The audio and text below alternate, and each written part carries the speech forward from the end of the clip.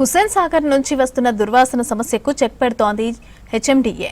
సంవత్సరాలుగా వస్తున్న దుర్వాసన, బ్లూ ఆల్గే కాలుష్య సమస్యలకు బయో రెమిడేషన్ చేయిస్తున్నారు అధికారులు. కొన్ని రోజులుగా చేస్తున్న పనులతో మంచి ఫలితాలు వస్తూ ఉండటంతో ఈ ప్రక్రియను కంటిన్యూ చేయాలని నిర్ణయించింది హెచ్ఎండిఏ.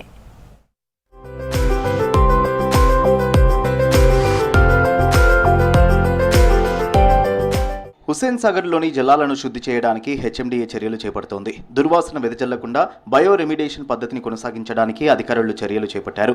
టెండర్లను ఆహ్వానించి జపాన్కు చెందిన ఎఫెక్టివ్ మైక్రో ఆర్గనైజమ్స్ టెక్నాలజీ ఆధారంగా బెంగళూరుకు చెందిన ఓ సంస్థ పనులు చేపడుతోంది. గతంలో గంగా నమామి ప్రాజెక్టులో పనిచేసిన ఈ సంస్థ కొన్నాళ్లుగా హుస్సేన్ సాగర్లో దుర్వాసన రాకుండా చర్యలు తీసుకుంటోంది.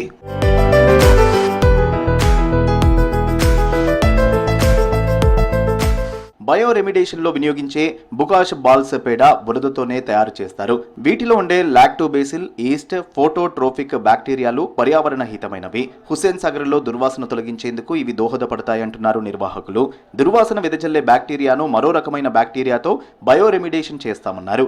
ప్రతిరోజు హుస్సేన్ సాగర్లో 12 ట్యాంకర్ల ద్వారా వీటిని స్ప్రే చేస్తున్నారు. ఇక డైలీ బయో రెమిడేషన్ చేస్తాం. డైలీ 12 ట్రిప్స్ 2000 లీటర్స్ 40 లీటర్స్ నుంచి 50 లీటర్స్ వరకు వేసి బయో రెమిడేషన్ డైలీ 365 డేస్ డైలీ చేస్తాం. డైలీ హుస్సేన్ సాగర్ సరౌండింగ్స్ మొత్తం స్మెల్ రాకుండా. వాటర్లో తగ్గింది కాబట్టి కొద్దిగా స్మెల్ వస్తుంది అక్కడ, అంతేగాని వాటర్లో ఎంత స్మెల్ రాదు. ఒక్కో ట్యాంకర్లోని 2000 లీటర్ల నీటిలో 40 లీటర్ల ద్రావణం కలిపి స్ప్రే చేస్తున్నామని తెలిపారు నిర్వాహకులు.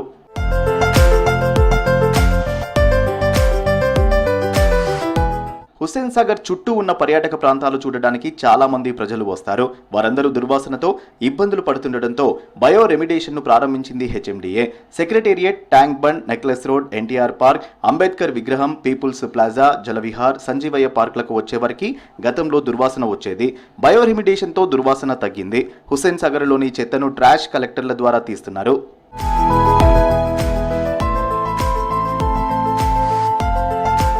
అయితే ప్రస్తుతం బయో రెమిడేషన్ చేస్తున్న సంస్థ టెండర్ మరో 2 నెలల్లో ముగియనుంది.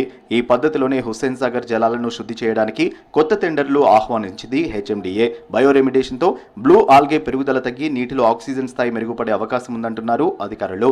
దీంతో ట్యాంక్ బండ్ పరిసరాల్లో టూరిజం మరింత బలోపేతం అవుతుందంటున్నారు అధికారులు.